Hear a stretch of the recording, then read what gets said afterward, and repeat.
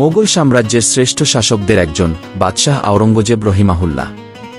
বিশাল ভারতবর্ষের একচ্ছত্র সম্রাট হয়েও তিনি রাজকোষ থেকে এক পয়সাও বেতন গ্রহণ করতেন না, বরং নিজের জীবিকা নির্বাহ করতেন টুপি সেলাই করে ও কুরআনুল কারিম হাতে লিখে বিক্রি করে। তার জীবন ছিল এক নিখাত তাকওয়ার প্রতিচ্ছবি।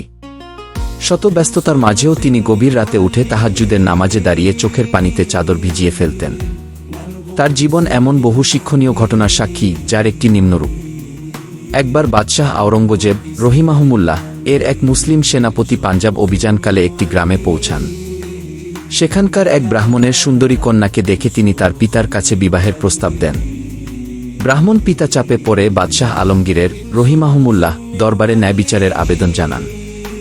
বাদশাহ ব্যক্তিগতভাবে বিষয়টির সত্যতা যাচাই করেন এবং প্রতিশ্রুতি দেন যে তিনি এ অন্যায়ের উপযুক্ত জবাব দেবেন।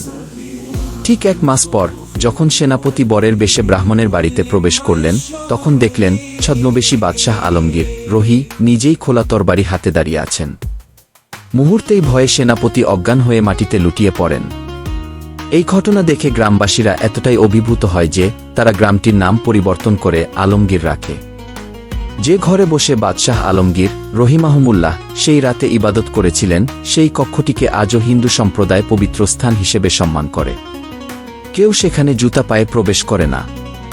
সূত্র ইতিহাসের ইতিহাস, পৃষ্ঠা 166। এই গল্প থেকে আমাদের শিক্ষা হল, মুসলিম শাসকগণ শুধু মুসলমানদের নয়, অমুসলিম নাগরিকদেরও সমানভাবে ন্যায়বিচার দিয়েছেন। হিন্দু কন্যার সম্মান রক্ষায় বাদশাহ আওরঙ্গজেব রহি এর এই জ্বলন্ত উদাহরণ আমাদের দেখিয়ে দেয় ইসলাম কিভাবে মানবাধিকারের পূর্ণ নিরাপত্তা দেয়। অথচ আজকের তথাকথিত ধর্মনিরপেক্ষ ভারতের সংখ্যালঘু মুসলিমরা প্রতিনিয়ত নিপীড়নের শিকার হচ্ছে। মুসলিমদের অধিকার, নিরাপত্তা ও স্বাধীনতা আজ চরম হুমকির মুখে। সময় এসেছে ইতিহাস থেকে শিক্ষা নেওয়ার, কে ছিল সত্যিকারের ন্যায়বিচারক। যদি ভিডিওটি ভালো লেগে থাকে তাহলে অবশ্যই একটা লাইক দিন, কমেন্ট করে আপনার মতামত জানান এবং এমন আরও ভিডিও পেতে চ্যানেলটি সাবস্ক্রাইব করতে ভুলবেন না।